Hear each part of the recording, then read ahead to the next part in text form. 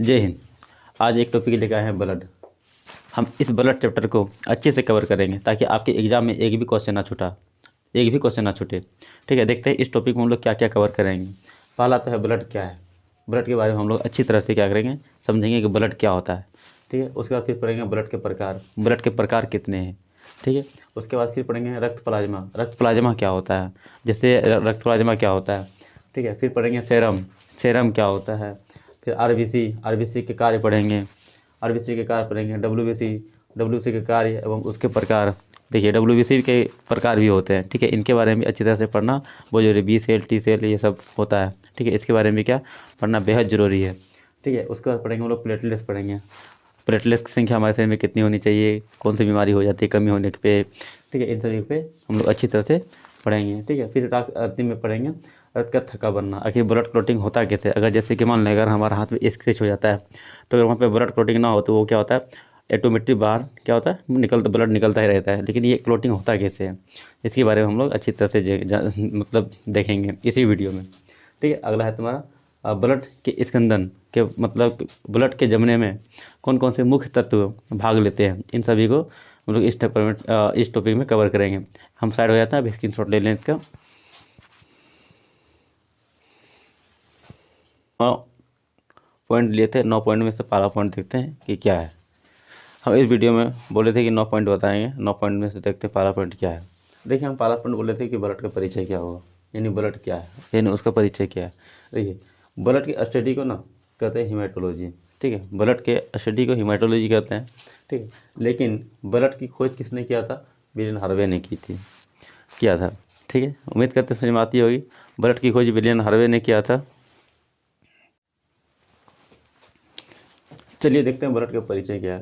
अगर ब्लड के परिचय की बात करें तो इसके स्टडी हीमेटोलॉजी कहलाता है, यानी ब्लड की स्टडी हीमेटोलॉजी कहलाता है। लेकिन ब्लड की खोज किसने किया था, विलियम हार्वे ने किया था। अगर एग्जाम में पूछा जाए कि ब्लड की खोज किसने की है तो विलियम हार्वे, या फिर ब्लड परिसंचरण तंत्र की खोज किसने किया है तो विलियम हार्वे ने। लेकिन अगर ब्लड ग्रुप की बात करें तो कार्ल लैंडस्टीनर होगा। ये हमेशा याद रखिएगा, ब्लड ग्रुप की बात करें तो कार्ल लैंडस्टीनर होगा। लेकिन अगर ब्लड की खोज या ब्लड परिसंचरण तंत्र की खोज किसने किया है तो ये अगर एग्जाम में पूछा जाए क्वेश्चन तो विलियम हार्वे होगा। क्योंकि इस तरह एग्जाम क्वेश्चन वाला पूछा जाता है, एग्जाम में क्वेश्चन पूछा जाता है।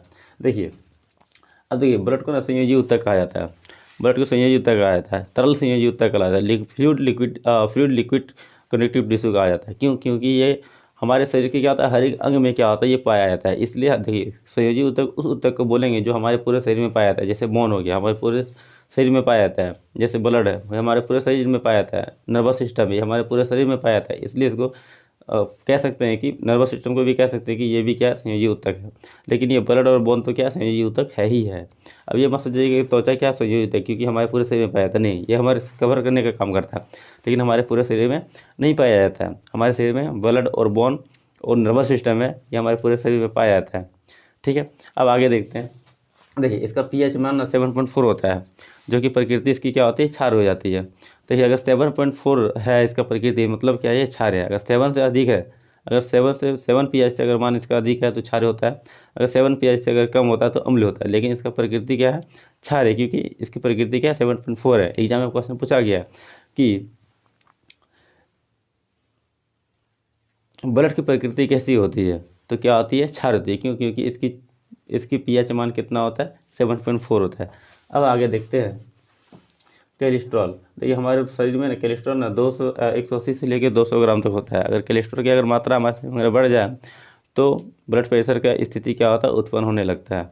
ठीक है, देखिए मानव में रक्त की अगर बात करें तो पुरुषों में क्या होता है 5.5 लीटर, लेकिन वही महिलाओं में कितनी होती है, 5 लीटर ही ब्लड पाया जाता है। पुरुषों में कितने 5.5 लीटर पाया जाता है। लेकिन महिलाओं में क्या होता है, आधा लीटर क्या होता है, ब्लड कम पाया जाता है। लेकिन अगर कुल वजन की अगर बात करें तो हमारे शरीर के कुल वजन की बात करें तो कितनी होती है, 7% क्या होता है, हमारे शरीर के कुल वजन का भाग ये ब्लड एब्जॉर्व करता है, यानी ये ब्लड डिजर्व करता है। ये अकेला क्या करता है, 7% क्या होता है, ब्लड डिजर्व करता है हमारे शरीर के कुल भार का। ठीक है, अब देखिए यहाँ पे ध्यान देते हैं। अब ये ब्लड है तो ये ब्लड का निर्माण कहाँ होता होगा। अब इससे वही बात है, जब ब्लड है तो ब्लड का निर्माण तो कहीं ना कहीं तो हुआ करता होगा, तो होता होगा। अब ये ब्लड जो है ना, जब बच्चा भ्रूण अवस्था में होता है तो मीसोडर्म में क्या होता है, उसका निर्माण होता है मीसोडर्म में। ठीक है। जब बच्चा भ्रूण अवस्था में होता है तो मिश्रधर्म में क्या होता है, इसका निर्माण होता है।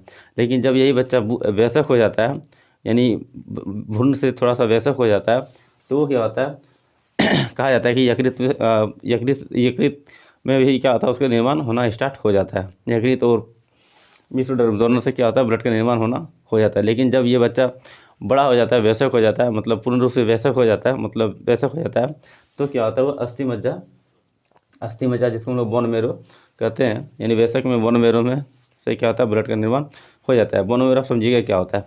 हमारे जो हड्डियाँ हैं ना, वो अंदर से क्या है, खोखली है, वहाँ पे ना मच्छरदानी जैसी संरचना पाई जाती है।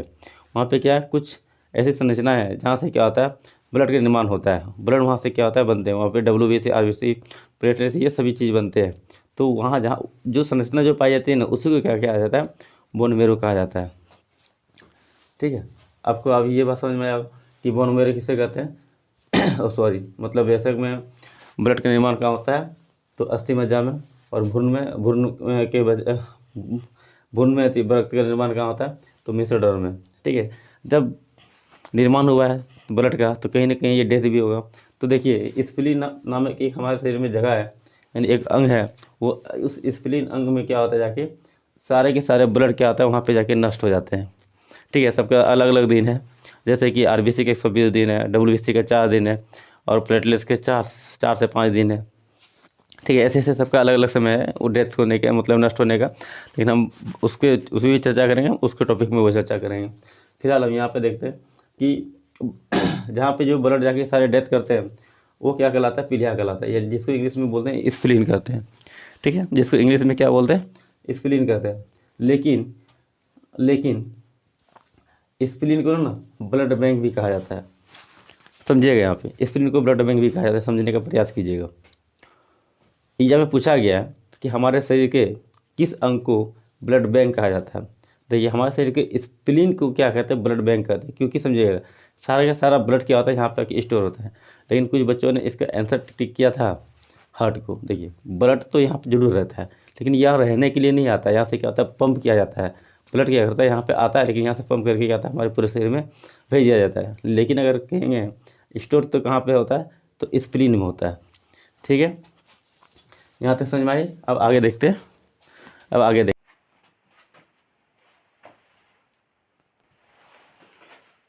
चलिए देखते हैं ब्लड के प्रकार क्या है। देखिए ब्लड को मुख्य रूप से ना 2 भागों में बांटा गया है। एक प्लाज्मा वाला भाग होता है, जो कि क्या होता है, द्रव अवस्था में होता है, और दूसरा क्या होता है, ठोस वाला भाग होता है, जिसको हम रुधिर अणु बोलते हैं। ठीक है। एग्जाम्पल से समझिएगा, जैसे चाय है, चाय में क्या होता है, केवल क्या होता है, चीनी चायपत्ती होता है, या फिर क्या होता है, दूध भी होता है। ये मुख्य रूप से क्या होता है, उसमें दूध होता है, और उसमें क्या होता है, चीनी चायपत्ती डाला होता है। जो चीनी चायपत्ती जो होता है, वो क्या होता है, वो ठोस वाला भाग होता है। लेकिन जो पूरा जो लिक्विड जो दूध वाला भाग होता है, वो क्या होता है, प्लाज्मा वाला भाग होता है। तो सही बात है, प्लाज्मा क्या होगा, ज़्यादा होता होगा। प्लाज्मा क्या होता है, हमारे ब्लड में प्लाज्मा कितना होता है, लगभग 55 से लेकर 60%, यानी मान लीजिए कि क्या 60% होता है। और जो ठोस वाला भाग होता है, ये मान लो उसको 40 से 45%, यानी 45%, यानी 40% मान लो। ये 60% होता है, और ये क्या होता है, 40% होता है। ठीक है। ये तरल वाला भाग क्या होता है, 60%, और ठोस वाला भाग क्या होता है, 40%। और ये ठोस वाला भाग में क्या होता है, RBC, WBC और प्लेटलेट्स, ये तीनों पाया जाता है। ठीक है। उससे पहले हम ये देखते हैं प्लाज्मा क्या है। प्लाज्मा हमारे शरीर का वो भाग होता है, जो क्या होता है, तरल अवस्था में पाया जाता है।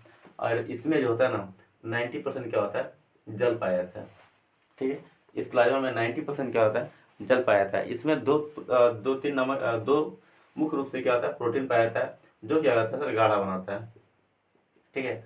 इस प्लाज्मा में 2 मुख्य रूप से प्रोटीन पाया जाता है, फाइब्रिनोजन और प्रोथ्रोम्बिन। ठीक है। ये क्या होता है, गाढ़ा बनाता है। लेकिन अगर ये प्रोथ्रोम्बिन और फाइब्रिनोजन अगर ज़्यादा गाढ़ा बनाने लगे, इसको ब्रेक लगाने के लिए भी क्या कोई चाहिए, यानी इसको भी पतला लगाने के लिए, इसको भी पतला करने के लिए क्या कोई प्रोटीन चाहिए, जो क्या होता है, हिपेरिन होता है। हमेशा एग्जाम में याद रखिएगा। एग्जाम में पूछा गया है कि वह कौन सा प्रोटीन है जो रक्त प्लाज्मा को थिनर का काम करता है, यानी थिनर यानी पतला करने का काम करता है, वो क्या होता है, हिपेरिन होता है। लेकिन फाइब्रिनोजन और प्रोथ्रोम्बिन ये क्या होता है, ये क्या होता है, ब्लड को क्या होता है, गाढ़ा बनाता है। जैसे कोरोना में देखिए RBC के पास तो उसके अंदर के अंदर था नहीं, बहुत सारा जो कोशिका जो मरा, यानी बहुत सारे जो ब्लड का जो अंग मरा, यानी बहुत सारे कोशिकाएं जो मरी, वो क्या हुआ, मतलब ब्लड की जो कोशिकाएं मरी वो क्या हुआ, इस ब्लड में आ गया, तो जिसके कारण से क्या हुआ, गाढ़ा हो गया। तो हिपेरिन क्या करता था, और डॉक्टर क्या करता था, हिपेरिन का इंजेक्शन लगाता था, जिसके कारण क्या था, ब्लड पतला हो जाता है। अगर ब्लड अगर गाढ़ा अगर हो जाए तो हमारे शरीर में क्या होगा, ब्लड का प्रवाह रुक जाएगा और क्या हो जाएगा, वो थका बन, मतलब वो अंदर में ही क्या होगा, गाढ़ा बहुत ज़्यादा हो जाएगा, तो वो क्या होगा, सही से प्रवाहित नहीं हो पाएगा। इसलिए ब्लड थिनर का काम कौन करता है, हिपेरिन करता है। लेकिन अगर अगर एग्जाम में पूछा जाए कि ब्लड गाढ़ा करने का काम कौन करता है, तो क्या करता है, फाइब्रिनोजन और प्रोथ्रोम्बिन। इसका काम और भी बहुत कुछ है, हम इसको अगले टॉपिक में मतलब इसी मतलब अगले टॉपिक में बताएंगे। अब आप देखते हैं हम लोग रुधिकाणु, जिसको बोलते हैं ठोस वाला भाग। ये क्या होता है, मुख्य रूप से 3 भाग में होता है। एक होता है आरबीसी, दूसरा होता है डब्ल्यूबीसी और तीसरा होता है प्लेटलेट्स। ठीक है, आरबीसी, डब्ल्यूबीसी और प्लेटलेट्स। आरबीसी की संख्या ना, ये रेड ब्लड होता है, इसका आकार क्या होता है, गोल होता है।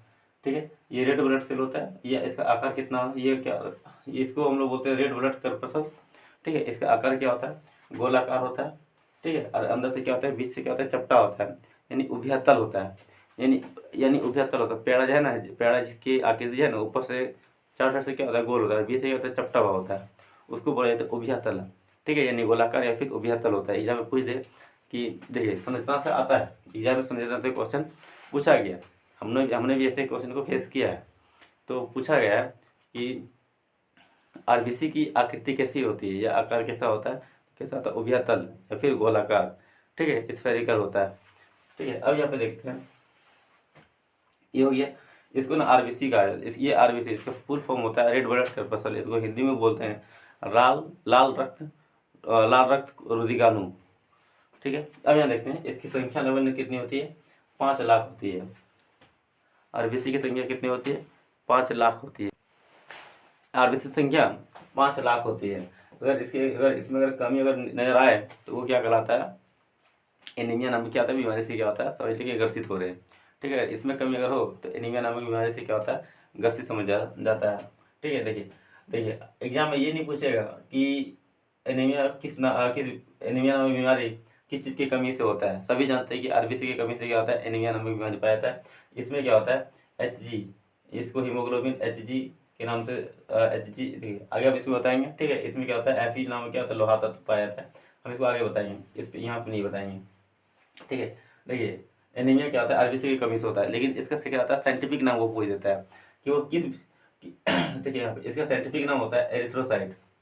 ठीक है, यानी एरिथ्रोसाइट की कमी से क्या होता है, एनीमिया नाम में क्या होता है, बीमारी उत्पन्न होता है। यहाँ पे एरिथ्रोसाइट पूछा जाएगा, नो कि आरबीसी। आरबीसी तो सभी बच्चे जानते हैं।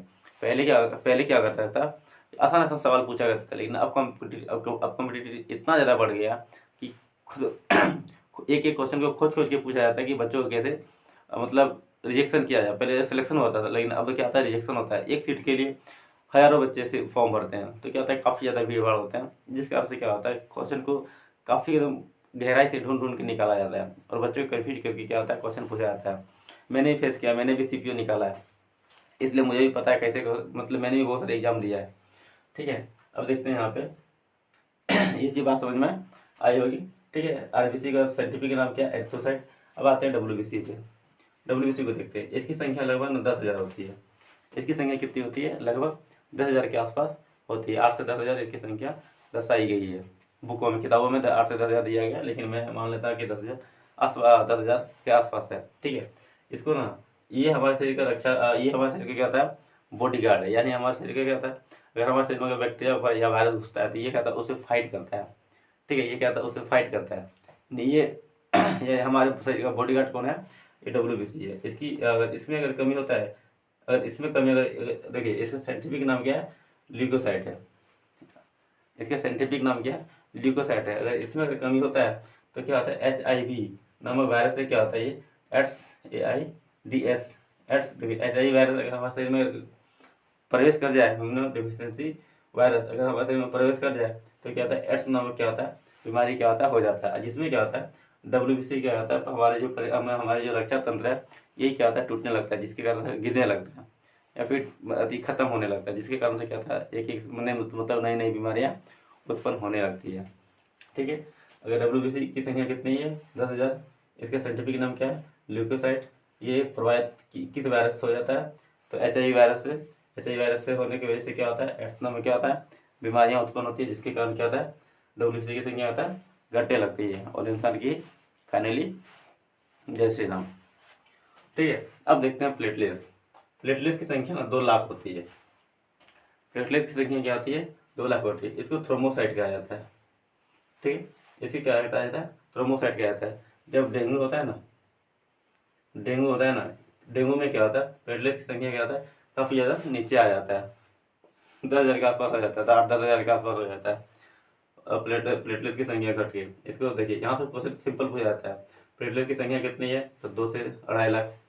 ठीक है, इसको साइंटिफिक नाम क्या है, थ्रोम्बोसाइट। डेंगू में इसकी संख्या डेंगू में कौन से हमारे शरीर के हमारे ब्लड के कौन से अंग को प्रभावित करता है, तो क्या है, कौन सा पारदी भाग है, कौन सा भाग है, तो प्लेटलेट्स। बस यहाँ से सिंपल इसी तरह क्वेश्चन क्या है पूछा गया जाता है। अब हम इसमें ना हर एक को एक एक करके अब देखेंगे। WBC के बारे में अच्छी तरह से देखेंगे, RBC के बारे में अच्छी तरह से देखेंगे, WBC के बारे में अच्छी तरह से, अब प्लेटलेट्स के बारे में अच्छी तरह से टॉपिक वाइज टॉपिक हम देखेंगे और इनका भी प्रयोग देखेंगे, कहाँ पे क्या प्रयोग होता है। यहाँ तो शॉर्ट में बताएं, इसी वीडियो में आपको इसमें कंप्लीट बताया जाएगा। हो सके तो आप इस चैनल को, अगर इस चैनल में लाइक नए हैं तो लाइक कर लें, सब्सक्राइब कर लें। चलिए देखते हैं अब रक्त प्लाज्मा क्या है। देखिए, रक्त प्लाज्मा क्या है, हमारे ब्लड के क्या एक महत्वपूर्ण क्या है भाग है, महत्वपूर्ण भाग है। इसमें क्या होता है, कार्बनिक पदार्थ होते हैं, ठीक है, प्रोटीन होते हैं, और क्या होता है, हम जो भोजन करते हैं उसमें जो अवशोषित होता है वो भोजन क्या होता है, इसी प्लाज्मा में क्या होता है, तैरते हैं। इसी प्लाज्मा के माध्यम से क्या होता है, हर एक कोशिकाओं में जाके पहुँचती है। ठीक है, अब देखते हैं यहाँ पे इसका रंग जो होता है ना, ये पीले रंग का होता है। ठीक है, ये क्या होता है, अकेला जो है ना, इसमें जो है ना, इसमें पानी जो है ना, इस रक्त प्लाज्मा में क्या होता है, पानी जो है 90% इसमें क्या होता है, पानी यानी जल पाया जाता है। इसमें 10% जो होता है कार्बनिक पदार्थ और क्या होता है, प्रोटीन पाया जाता है। ठीक है, लेकिन इसमें क्या होता है, ये कार्बनिक पदार्थ भोजन और इसमें क्या होता है, प्रोटीन।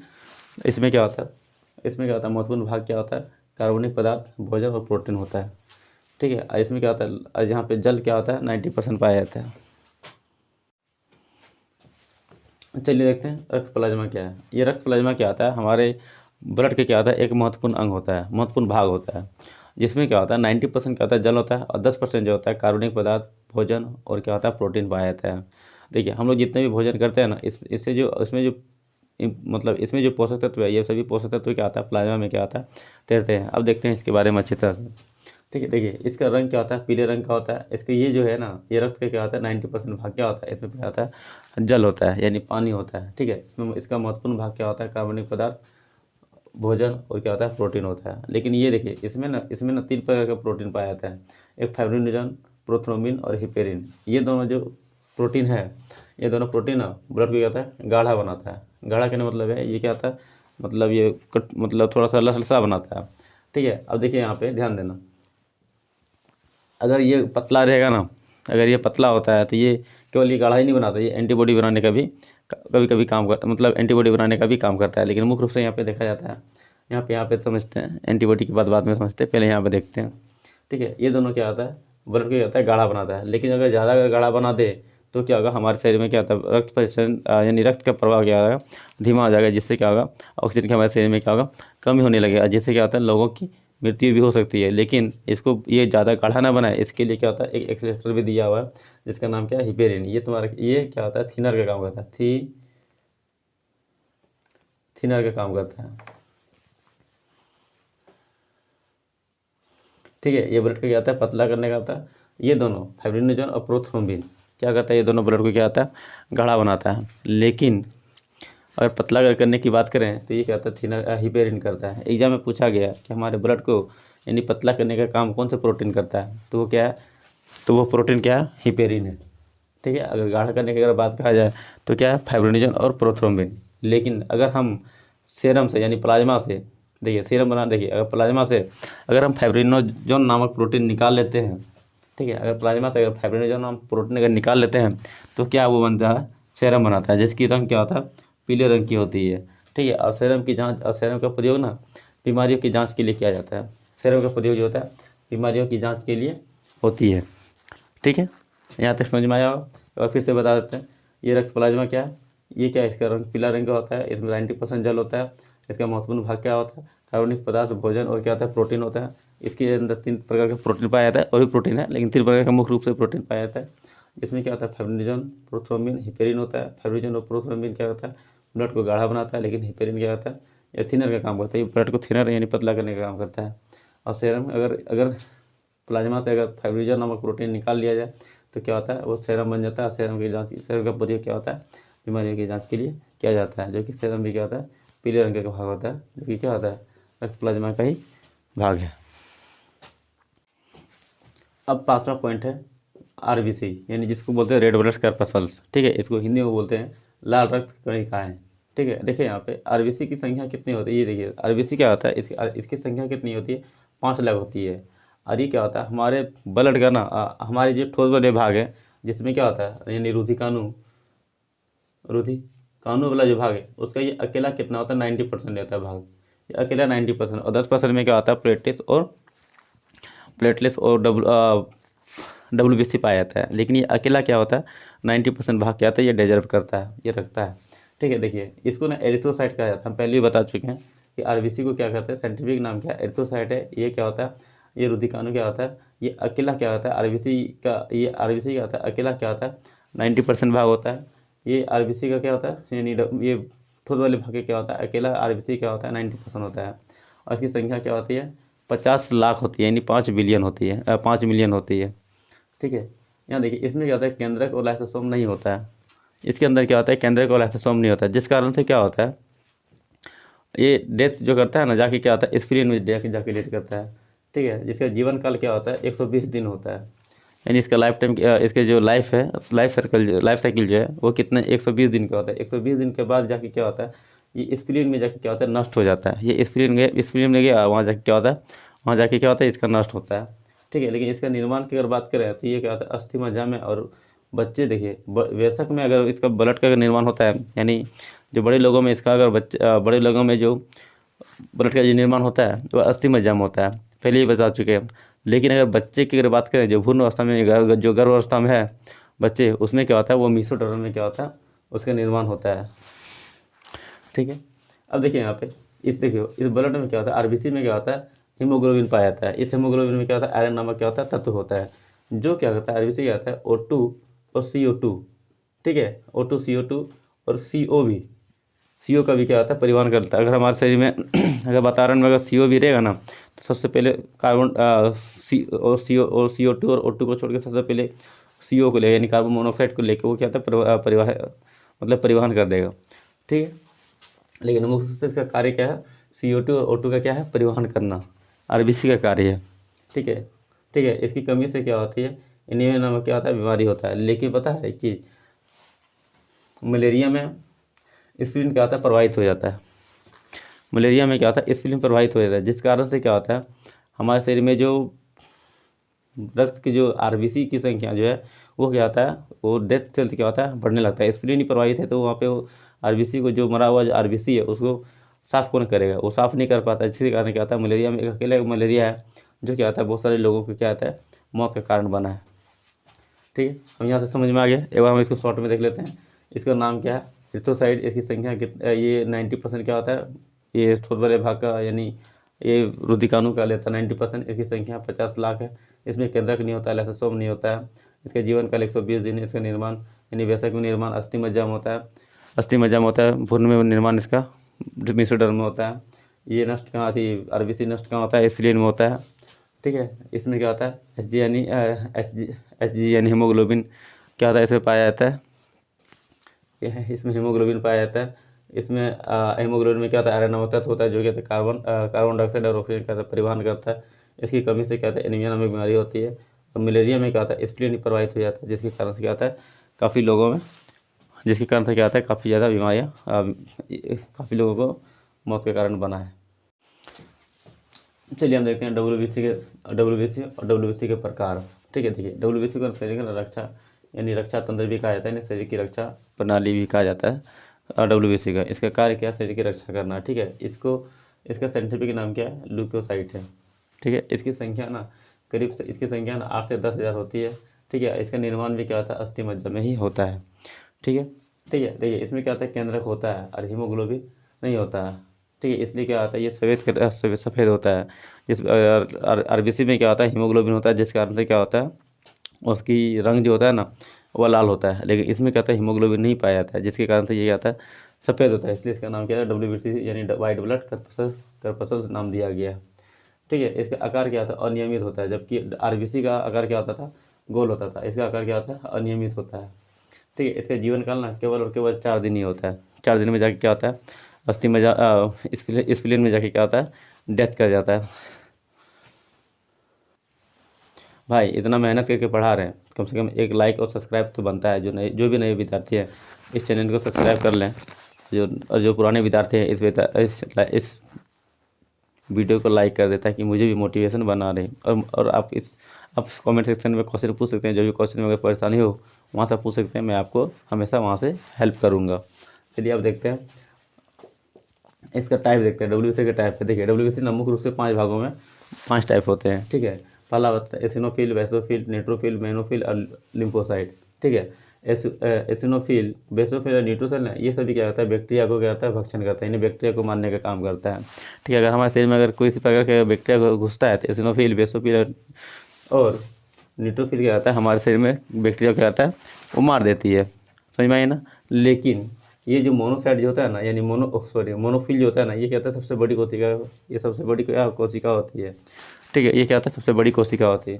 लेकिन यहाँ पे ध्यान दीजिए एक है लिम्फोसाइट।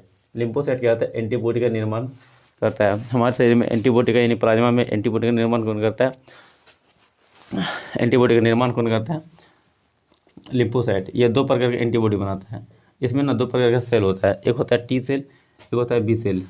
लेकिन HIV में जो होता है ना वो T सेल ही क्या होता है नष्ट हो जाता है, जिसके कारण क्या होता है रक्षा तंत्र क्या होता है टूट जाता है और इंसान की क्या होता है धीरे धीरे मौत होने लगती है। उम्मीद करते हैं बात समझ में आई होगी। तो 1 लाख तो बनता है यार, इसको समझिएगा, ये बहुत इंपॉर्टेंट हो जाएगा। यहाँ से एग्जाम में क्वेश्चन बहुत ज़्यादा पूछा जाएगा, खास करके ये वाला रक्त का थक्का बनने वाले भाग से। यहाँ से ना बहुत ज़्यादा यहाँ से कन्फ्यूजन होता है, अब समझिएगा। ठीक है, यहाँ पर प्लेटलेट्स क्या है, प्लेटलेट्स क्या आता है, प्लेटलेट्स क्या आता है इसका नाम क्या है थ्रोम्बोसाइट है, जो क्या होता है रक्त का थक्का बनने में क्या आता है मदद करता है, या फिर रक्त का थक्का बनाने में क्या आता है काफ़ी ज़्यादा मदद ये करता है। ठीक है, ये क्या होता है रंगीन होती है, इसकी संख्या ना 2 से 3 लाख होती है। ठीक है, इसकी संख्या आता है 2 से 3 लाख होती है।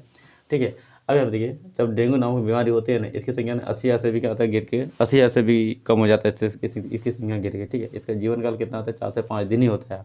ठीक है, लेकिन आप मुख्य रूप से इसको समझने का प्रयास कीजिएगा रक्त का थक्का बनने में। देखिए रक्त का थक्का बनना क्या कहलाता है, कटे हुए स्थान पर रक्त का जमा हो जाना ही क्या कहलाता है रक्त का थक्का बनना होगा। जैसे अगर मानते अगर मेरा हाथ कट गया तो वहाँ से क्या होता है रक्त क्या होता है 2 से 5 मिनट में क्या होता है रक्त बहना क्या होता है बंद हो जाता है। तो जो रक्त बहना जो बंद हो गया यही क्या क्या कहलाया रक्त का थक्का बनना कहलाया। यानी करीब 2 से 5 मिनट में क्या होता है रक्त का थक्का बनना रक्त का थक्का बन जाता है। अब ये रक्त का थक्का बनना कि पूरे प्रोसेस को ना केस कहा जाता है, यानी रक्त का थक्का बनने की पूरे प्रोसेस को क्या कहता है केस कहा जाता है। अब देखिए केस होता क्या है। ठीक है, यानी इंग्लिश में क्या बोलते हैं कैप्सल प्रोसेस कहते हैं इंग्लिश में। देखिए अब समझिएगा कि रक्त का थक्का बनना होता क्या है, यानी केस होता क्या है। देखिए यहाँ पे जब थ्रोम्बोसाइट वायु के साथ अभिक्रिया करता है ना तो थ्रोम्बोप्लास्टिन बनाता है। यहाँ से समझिएगा, यहाँ से एग्जाम में क्वेश्चन पूछा जाता है, आप एग्जाम में निश्चित रूप से यहाँ से क्वेश्चन छोड़ के विद्यार्थी आता है, यहाँ से एग्जाम में क्वेश्चन पूछ दिया जाता है। ठीक है, देखिए यहाँ पे थ्रोम्बोसाइट देखिए यहाँ पे पहली बात तो यहाँ पे ध्यान दें रक्त का थक्का बनने में कौन मदद करता है थ्रोम्बोसाइट बनते हैं, जो कि क्या होता है प्लेटलेट्स का ही क्या होता है भाग होता है। और थ्रोम्बोसाइट क्या करता है जब वायु के साथ अभिक्रिया करता है तो थ्रोम्बोप्लास्टिन बनाता है। याद रखिएगा थ्रोम्बोसाइट वायु के साथ अभिक्रिया करके क्या करता है थ्रोम्बोप्लास्टिन बनाता है। और ये थ्रोम्बोप्लास्टिन क्या होता है कैल्शियम और प्रोथ्रोम्बिन। ठीक है, कैल्शियम और प्रोथ्रोम्बिन के साथ अभिक्रिया करके क्या बनता है थ्रोम्बिन बनाता है। देखिएगा थ्रोम्बोसाइट वायु के साथ अभिक्रिया किया प्रोथ्रोम्बिन बनाया, थ्रोम्बोप्लास्टिन बनाया।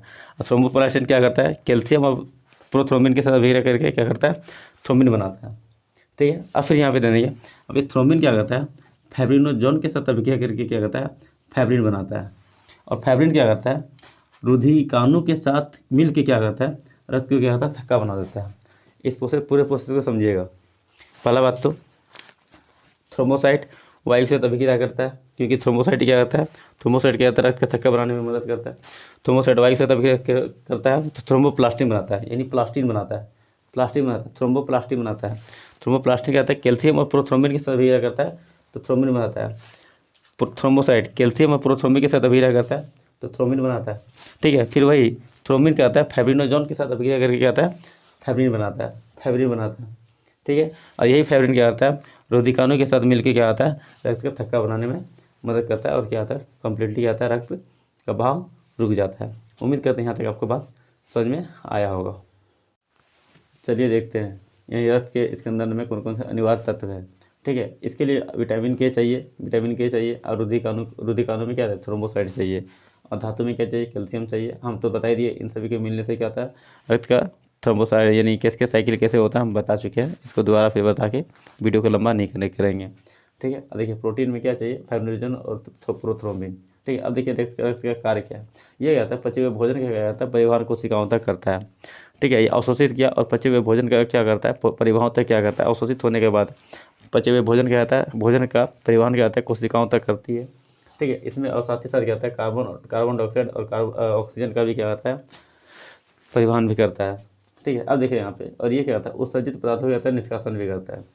जैसे हमारे ब्लड में क्या होता है, अतिरिक्त जल हुआ, यूरिया हुआ, या फिर और भी जो मतलब उत्सर्जित पदार्थ हुआ, यानी हानिकारक तत्व, हानिकारक उत्सर्जित पदार्थ हुआ, ये सभी क्या आता था, उसको हमारे किडनी तक ले जाके या तो फिल्टर करता है, जो कि क्या होता है, यूरिन के माध्यम से बाहर निकल जाता है, यानी उत्सर्जन का भी काम करता है। ठीक है, और साथ ही साथ क्या आता है, और ये ताप नियंत्रण भी करता है, यानी हमारे बॉडी का टेम्परेचर को भी आता है नियंत्रित करता है, हमारे टेम्परेचर को नियंत्रित करता है। लेकिन अगर मलेरिया नामक बीमारी होता है तो क्या होता है, स्प्लीन क्या होता है, प्रभावित हो जाता है, जिसके कारण से क्या होता है, हमारे बॉडी का ताप क्या होता है, तापमान क्या होता है, नीचे गिर जाता है। ठीक है, और मलेरिया नामक क्या होता है, बीमारी से ग्रसित हो जाते हैं।